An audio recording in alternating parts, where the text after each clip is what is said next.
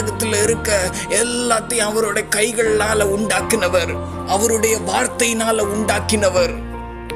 பரிசுத்தத்துக்கு எல்லாம் பரிசுத்தர், பரிசுத்தர் பரிசுத்தர்ன்ட்டு மட்டும்தான் அவரை சொல்ல முடியும். என்ன அவ்வளோ அவர் பரிசுத்தர், அவ்வளோ பரிசுத்தமான, அவ்வளோ மேன்மையான, அவ்வளோ பெரிய அந்த ஆண்டவர் சொல்றாரு.